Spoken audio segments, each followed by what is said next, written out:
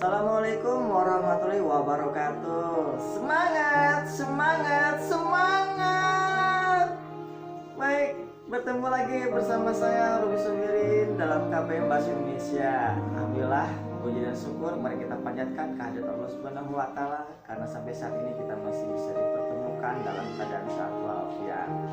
Meskipun di masa pandemi ini kita tetap harus belajar, kita harus tetap semangat belajar dan berangkat mencapai kesuksesan kita semua. Baiklah, kita akan melanjutkan materi kita tentang bab proposal. Pertemuan sebelumnya kita membahas tentang pengertian proposal, kemudian tujuan proposal, kemudian jenis-jenis proposal dan juga fungsi proposal. Baik, bagaimana kalian sudah mencari referensi-referensi atau sumber-sumber di buku-buku ataupun internet tentang proposal? Mudah-mudahan kalian sudah mendapatkan ya materi-materi atau materi-materi dari referensi-referensi dari sumber-sumber yang lain. Baiklah, sangat menarik sekali tentang proposal ini karena ini sangat penting ya, apalagi bagi kalian yang terjun dalam bidang organisasi ataupun kalian nanti kalau sudah menjadi seorang pejabat. Wah, proposal ini tidak akan lepas nih ya, karena berisi tentang rencana-rencana kegiatan ya.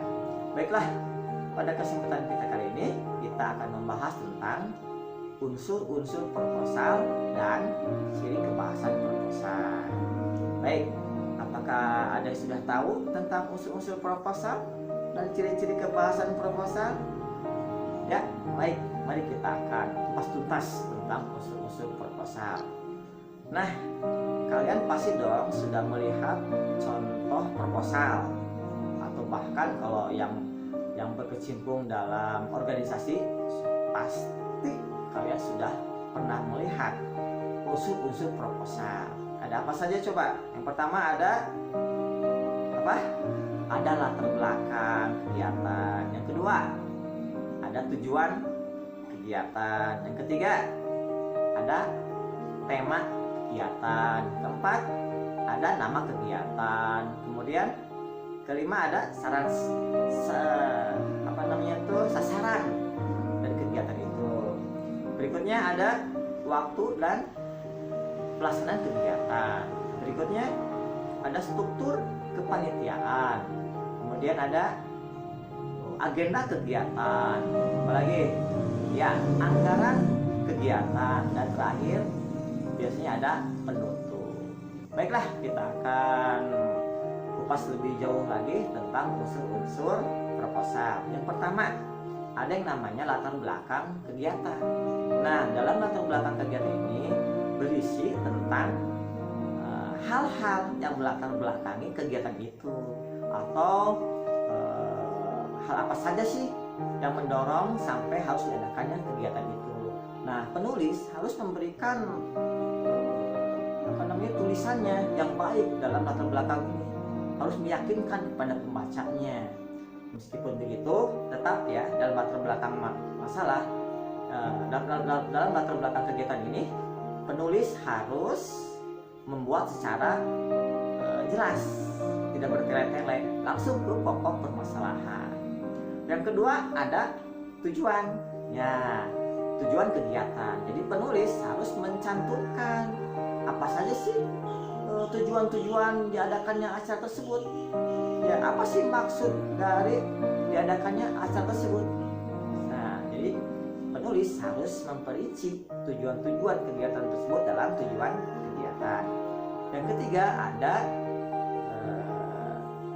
nama kegiatan. Nah, nama kegiatan ini bisa juga diistilahkan sebagai judul dari kegiatan ini ya. Berikutnya ada tema kegiatan. Nah, tema kegiatan dasar dari kegiatan ini, atau bisa diistilahkan lain yaitu anak dari judul atau judul kegiatan ya. Berikutnya yaitu ada yang namanya waktu pelaksanaan. Pasti dong dalam sebuah kegiatan itu ada waktu pelaksanaannya, ada tanggal, ada bulan, tahun, kemudian juga ada waktunya, ada jamnya, dan yang terakhir ada tempatnya. Baik, berikutnya ada juga setelah waktu pelaksanaan ada juga struktur kepanitiaan. Ya, nah dalam struktur kepanitiaan itu berisi orang-orang yang bertanggung jawab dalam acara kegiatan itu. Nanti ada penanggung jawab, ada ketua pelaksana, ada wakilnya, ada bendahara sampai kepada seksi-seksi atau anggota-anggotanya di bawahnya. Kemudian setelah struktur kepanitiaan yaitu ada agenda kegiatan jelas, dan dalam proposal harus dicantumkan juga selain kepanitiaan, agenda kegiatan dicantumkan dari waktunya, dari jam berapa sampai jam berapa, nanti ada jenis kegiatannya apa saja, dan biasanya di keterangannya ada penanggung jawabnya. Siapa nih penanggung jawab dari kegiatan yang sedang berlangsung. Berikutnya unsur-unsur proposal yang tidak kalah penting yaitu anggaran biaya. Nah, disinilah penulis harus benar-benar mencantumkan atau menulis anggaran biaya. Berapa banyak sih anggaran yang dibutuhkan dalam acara tersebut? Jelas, anggaran biaya itu harus ditulis secara proporsional, ya, dalam artian jangan sampai dana kegiatan yang dibutuhkan itu sangat tinggi padahal acaranya biasa-biasa. Jadi harus disesuaikan dengan kebutuhannya. Kalau anggaran ini dirancang dengan bagus, nah itu bisa jadi nanti kalau ada mitra-mitra kerjasama yang mau bekerja sama dengan kegiatan ini, insya Allah mereka akan memberikan bantuan dana. Ya. Baik, kemudian yang terakhir ada penutup. Nah, dalam unsur proposal ada penutup. Di situ berisi kesimpulan atau rangkuman, ya. Dan biasanya di bawah penutup itu ada nama tempat, kemudian ada tanggal penulisan proposal, dan di bawahnya ada penanggung jawabnya dan ditandatangani. Baik, itu tentang unsur-unsur proposal. Nah, di dalam proposal juga ada struktur atau ciri kebahasaan. Ya, tadi udah ya, struktur atau unsur-unsur proposal. Sekarang ciri kebahasaannya. Ada apa saja ciri-ciri kebahasaan dalam proposal? Yang pertama yaitu ada kata istilah. Ya, maksudnya apa? Ya, kata istilah ini disesuaikan dengan bidangnya. Kalau bidang ekonomi nanti ada istilah-istilah ekonomi. Kalau proposalnya dalam bidang pendidikan nanti ada istilah-istilah pendidikan. Kalau bidang IPA nanti ada istilah-istilah IPA. Nah, ini nanti disesuaikan saja dengan bidangnya. Yang kedua, biasanya ada kata kerja material atau ada kata kerja tingkah laku. Misalnya apa ya?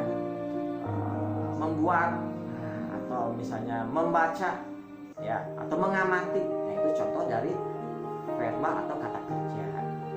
Berikutnya yaitu ada kalimat keakanan. Biasanya dalam proposal itu ada kalimat keakanan. Kenapa? Karena acaranya belum terjadi, ya, misalnya akan dilaksanakan, gitu ya.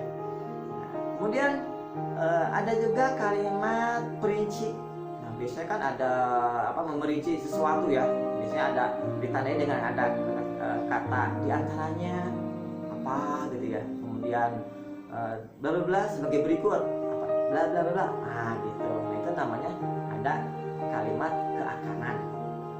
Selain itu, dalam proposal itu harus memiliki makna denotasi atau kata denotasi.